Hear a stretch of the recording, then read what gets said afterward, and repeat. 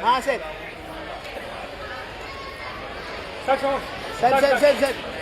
यानंतर आदरणीय राहुल बोधी साहेब हे आपल्याला वाढदिवसाला आपला शुभ संदेश आणि या कार्यक्रमामध्ये आपलं